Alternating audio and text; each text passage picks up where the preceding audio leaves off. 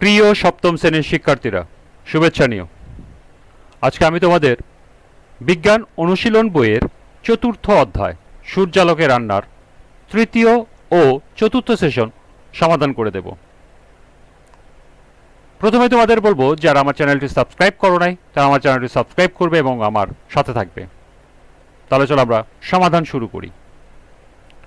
তৃতীয় ও চতুর্থ সেশন। কোন ধরনের বস্তুর তাপ পরিবাহিতা কেমন এ বিষয়ে তোমরা ইতিমধ্যে জেনেছ। আগের সেশনের পর্যবেক্ষণের সাথে এখন মিলিয়ে দেখো তাপ শক্তি কিভাবে এই বস্তুগুলোতে সঞ্চালিত হচ্ছে এবং বস্তুগুলোর তাপমাত্রা কি পরিবর্তন ঘটাচ্ছে ভেবে দেখো তো।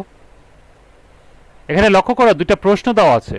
একটা দেওয়া আছে তাপ শক্তি কিভাবে এই বস্তুগুলোতে সঞ্চালিত হচ্ছে, এবং আরেকটা প্রশ্ন হলো বস্তুগুলোতে তাপমাত্রা কি পরিবর্তন ঘটাচ্ছে। তো চলো এখন আমরা এই প্রশ্ন দুটির সমাধান দেখে নিই। প্রথম প্রশ্ন ছিল তাপ শক্তি কিভাবে এই বস্তুগুলোতে সঞ্চালিত হচ্ছে। এর উত্তর হবে, আমরা জানি তাপ এক ধরনের শক্তি। আমাদের নানা কাজে আমরা এই তাপ শক্তিকে ব্যবহার করি। কোনো কিছু সঠিকভাবে ব্যবহার করতে হলে সেটিকে এক জায়গা থেকে অন্য জায়গায় নিতে হয়। ঠিক তেমনি তাপশক্তিকে আমাদের এক জায়গা থেকে অন্য জায়গায় নিতে হয়। একেই বলা হয় তাপের সঞ্চালন। তাপ যে কোনো বস্তুতে তিনটি উপায়ে সঞ্চালিত হয়। সেগুলো হচ্ছে তাপের পরিবহন, পরিচলন এবং বিকিরণ। নিম্নে এই তিনটি সঞ্চালনের পদ্ধতি উপস্থাপন করা হলো। পরিবহন, যে পদ্ধতিতে পদার্থের অণুগুলো তাদের নিজস্ব স্থান পরিবর্তন না করে শুধুমাত্র স্পন্দনের মাধ্যমে এক অণু তার পার্শ্ববর্তী অণুকে তাপ প্রদান করে পদার্থের উষ্ণতর অংশ থেকে শীতলতর অংশে তাপ সঞ্চালিত করে, সেই পদ্ধতিকে পরিবহন বলে। এই পদ্ধতিতে পদার্থের উষ্ণতর অণুগুলো তাপ গ্রহণ করে নিজের অবস্থানে থেকে স্পন্দিত হয়, অর্থাৎ নিজের অবস্থানে থেকে কাঁপতে শুরু করে। এই স্পন্দনের মাধ্যমে উত্তপ্ত অণুগুলো পার্শ্ববর্তী শীতল অণুগুলোকে তাপ প্রদান করে। সেগুলো উত্তপ্ত হয়ে আবার তাদের পার্শ্ববর্তী অণুগুলোকে তাপ সঞ্চালিত করে। যে মাধ্যমে অণুগুলো সবচেয়ে যত বেশি সুদৃঢ়, সেখানে পরিবহন তত বেশি হয়ে থাকে। যেমন একটি ধাতব দণ্ডের এক প্রান্তে আগুনে অন্য প্রান্তে হাতে ধরে রাখলে কিছুক্ষণ পরেই হাত বেশ গরম বোধ হয়। এরপর পরিচলন, যে পদ্ধতিতে তাপ কোনো পদার্থের অণুগুলোর চলাচলের দ্বারা উষ্ণতর অংশ থেকে শীতলতর অংশে সঞ্চালিত হয় তাকে পরিচলন বলে। এ পদ্ধতিতে তাপ সঞ্চালনের জন্য জড় মাধ্যম আবশ্যকীয়। তরল ও বায়বীয় পদার্থগুলোতে এ পদ্ধতিতে তাপ সঞ্চালিত হয়। তাপ গ্রহণ করে পদার্থের উষ্ণতর অংশের অণুগুলো শীতলতর অংশের দিকে প্রবাহিত হয়। এভাবে অন্য অণুগুলো স্থান পরিবর্তনের মাধ্যমে নিজ গতির সাহায্যে তাপ সঞ্চালিত করে। যেমন কেটলিতে পানি রেখে চুলা দিলে কিছুক্ষণের মধ্যে সেটা গরম হয়ে যায় এবং ফুটতে শুরু করে। সর্বশেষ হলো বিকিরণ, যে পদ্ধতিতে তাপ জড় মাধ্যমের সাহায্য ছাড়াই তড়িৎ চৌম্বক তরঙ্গের আকারে উষ্ণ বস্তু থেকে শীতল বস্তুতে সঞ্চালিত হয় তাকে বিকিরণ বলে। আলো যেমন তড়িৎ চৌম্বক তরঙ্গের আকারে এক স্থান থেকে অন্য স্থানে যায়, বিকিরণ পদ্ধতিতেও অনেকটা একইভাবে তাপ সঞ্চালিত হয়। এই পদ্ধতিতে তাপ সঞ্চালিত হতে কোনো জড় মাধ্যম যেমন কঠিন, তরল বা বায়বীয় মাধ্যমের প্রয়োজন হয় না। বিকিরণ পদ্ধতিতে তাপ বেশ দূর পর্যন্ত ছড়িয়ে যেতে পারে, তবে এটির দূরত্ব যত বেশি হবে তাপমাত্রা তত কমে যায়। যেমন সূর্য আর পৃথিবীর ভেতরে মহাশূন্য থাকার পরেও সূর্যের তাপ পৃথিবীর থেকে আমরা অনুভব করি। এটা একটা বিকিরণ পদ্ধতিতে এই সূর্যের তাপটা আমাদের পৃথিবীতে আসে।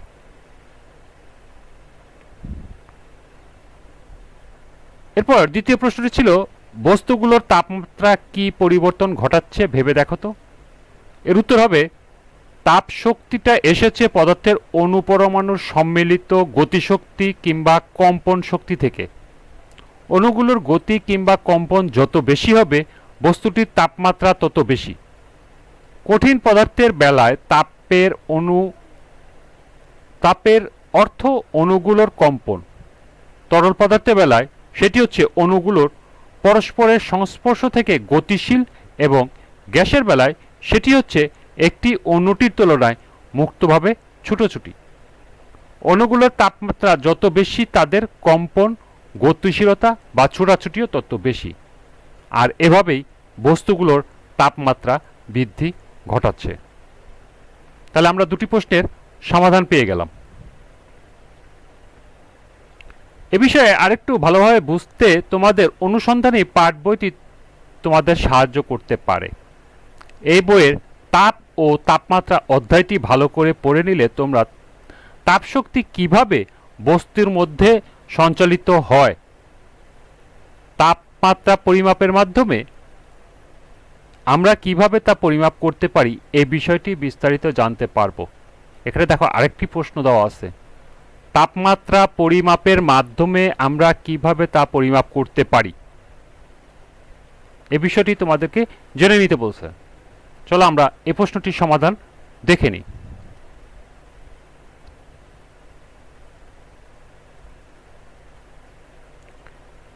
প্রশ্ন ছিল, তাপমাত্রা পরিমাপের মাধ্যমে আমরা কিভাবে তাপ পরিমাপ করতে পারি। এর সমাধান হবে, তাপমাত্রা পরিমাপের মাধ্যমে আমরা তাপমাত্রা হ্রাস বৃদ্ধি বা পরিবর্তন পরিমাপ করতে পারি। তাপমাত্রা পরিমাপ যন্ত্রের নাম হলো থার্মোমিটার। থার্মোমিটার ব্যবহার করে মানুষের শরীরে তাপমাত্রা মাপা হয়। আবহাওয়াবিদগণও বায়ুর তাপমাত্রা মাপার জন্য থার্মোমিটার ব্যবহার করেন। তাপমাত্রা পরিবর্তন হলে তরল পদার্থের আয়তন বাড়ে বা কমে। তরল পদার্থের আয়তন কতটুকু বাড়ে বা কমে তা মেপে তাপমাত্রা কতটুকু বাড়ে বা কমে গেল তা বের করা হয়। থার্মোমিটারের পারদ, অ্যালকোহল ইত্যাদি তরল ব্যবহার করে তাপমাত্রা মাপা হয়। থার্মোমিটারের পারদ নলের কোন দাগ পর্যন্ত উঠল তা দেখে বোঝা যায় তাপমাত্রা কতটুকু বেড়েছে। তাপমাত্রা পরিমাপের আন্তর্জাতিক একক হচ্ছে কেলভিন। আমাদের দৈনন্দিন জীবনে আমরা তাপমাত্রা পরিমাপের যে এককটি সবচেয়ে বেশি ব্যবহার করি সেটি হচ্ছে সেলসিয়াস। এর পাশাপাশি আমাদের জ্বর মাপার জন্য ফারেনহাইট স্কেল ব্যবহার করি। ফারেনহাইট স্কেলে শরীরের তাপমাত্রা হচ্ছে 98.4 ডিগ্রি ফারেনহাইট, সেলসিয়াস স্কেলে যেটি 37 ডিগ্রি সেলসিয়াস। অর্থাৎ আমাদের শরীরের যে স্বাভাবিক তাপমাত্রা 98.4, যার উপরে উঠলে আমরা সাধারণত বলি জ্বর, সেই স্বাভাবিক তাপমাত্রায় সেলসিয়াস স্কেলের সেটা সমপরিমাণ হচ্ছে 37 ডিগ্রি সেলসিয়াস। তাহলে এই ছিল এই প্রশ্নের সমাধান।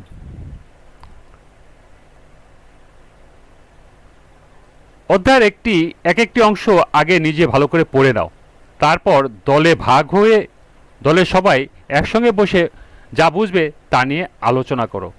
এভাবে পুরো অধ্যায়টি পড়ে নাও। সৌরচুল্লি বানাতে গেলে এই ধারণাগুলো তোমাদের অনেক কাজে দেবে। অর্থাৎ পুরো অধ্যায়টি তোমাদেরকে ভালো করে পড়ে নিতে বলছে। তোমাদের সুবিধার্থে এই পুরো অধ্যায়ের কিছু সংক্ষিপ্ত প্রশ্ন উত্তর আমি এখানে তুলে ধরছি।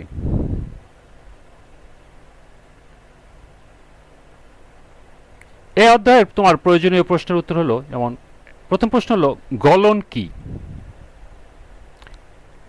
একটা কঠিন পদার্থকে যখন তাপ দেওয়া হয় তখন তার তাপমাত্রা বাড়তে থাকে। তাপমাত্রা একটি নির্দিষ্ট মানে পৌঁছালে কঠিন পদার্থটি গলতে শুরু করে। এই প্রক্রিয়াটির নাম গলন। যেমন এক টুকরো বরফকে বাইরে রেখে দিলে সেটি চারপাশে বাতাস থেকে তাপ গ্রহণ করে গলতে থাকে। যে তাপমাত্রায় গলন শুরু হয় সেটি কি বলা হয়? গলনাঙ্ক। বরফের গলনাঙ্ক 0 ডিগ্রি সেলসিয়াস। এরপরে কঠিনীভবন কি? তাপ দিয়ে কঠিন থেকে তরল যে রকম রূপান্তর করা হয় ঠিক তার উল্টা প্রক্রিয়াও ঘটে। তাপ সরিয়ে নিলে একটি তরল কঠিন হতে পারে। তরল অবস্থা থেকে কঠিন অবস্থায় রূপান্তরিত হওয়াকে কঠিনীভবন বলে। জ্বলন্ত মোমবাতি থেকে যে গলিত মোম গড়িয়ে পড়ে সেটি শীতল হয়ে আবার কঠিন হয়ে যায়, এটি কঠিনীভবনের একটি উদাহরণ। এরপর হলো বাষ্পীভবন কি? তরল পদার্থকে তাপ দিলে আর তাপমাত্রা বাড়তে শুরু করে এবং তাপমাত্রা বাড়তে বাড়তে এক সময় তরল পদার্থটি গ্যাসে পরিবর্তিত হতে শুরু করে। এই প্রক্রিয়াটির নাম বাষ্পীভবন। যে তাপমাত্রায় বাষ্পীভবন ঘটে সেটিকে বলা হয় স্ফুটনাঙ্ক। পানির স্ফুটনাঙ্ক 100 ডিগ্রি সেলসিয়াস। এরপর হলো ঘনীভবন কি? তাপ দিয়ে তরল থেকে গ্যাসে যে রকম রূপান্তর করা হয় তার উল্টা প্রক্রিয়াও ঘটে। তাপ সরিয়ে নিলে একটি গ্যাস তরল হতে পারে। এক গ্লাসে কয়েক টুকরা বরফ রেখে দিলে আমরা দেখতে পাই গ্লাসের গায়ে জলীয় বাষ্প শীতল হয়ে বিন্দু বিন্দু পানি জমা হয়েছে। বায়বীয় অবস্থা থেকে এভাবে তরল অবস্থায় রূপান্তরিত হওয়াকেই ঘনীভবন বলে। এরপর হলো ঊর্ধ্বপাতন কি? কঠিন থেকে গ্যাস এবং গ্যাস থেকে কঠিন, যে প্রক্রিয়ায় কোনো কঠিন পদার্থকে তাপ প্রদান করা হলে সেগুলোকে তরলে পরিণত না হয়ে সরাসরি বাষ্পে পরিণত হয়, সেই প্রক্রিয়াকে ঊর্ধ্বপাতন বলে। আমরা কাপড়ে পোকা না ধরার জন্য সেখানে ন্যাপথলিন ব্যবহার করি। কঠিন ন্যাপথলিনকে তাপ দিলে সেটি তরল না হয়ে সরাসরি গ্যাসীয় পদার্থে পরিণত হয়। আমরা জানি যে ন্যাপথলিন সাধারণত কোনো জায়গায় রাখলে সেটা আস্তে আস্তে নাই হয়ে যায় মানে অর্থাৎ সেটা আস্তে আস্তে গ্যাসে পরিণত হয়ে গ্যাসের সাথে এটা বাতাসের সাথে মিশে যায়, এজন্য এটা আস্তে আস্তে শেষ হয়ে যায়, অথচ এটা কোনো তরল অবস্থায় রূপান্তর হয় না। এরপর হলো অবক্ষেপণ। ঊর্ধ্বপাতন বিপরীত প্রক্রিয়াটির নাম অবক্ষেপণ, যেখানে একটি পদার্থের বাষ্পকে শীতল করা হলে সেটিকে তরল না হয়ে সরাসরি কঠিন পদার্থে রূপান্তরিত হয়।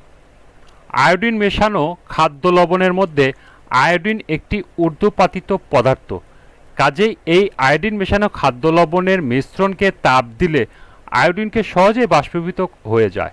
তখন ওই বাষ্পকে ঠান্ডা করে আয়োডিনের বাষ্পকে সরাসরি কঠিন আয়োডিনে পরিণত করা যায়। এই প্রক্রিয়াকে বলা হয় অবক্ষেপণ।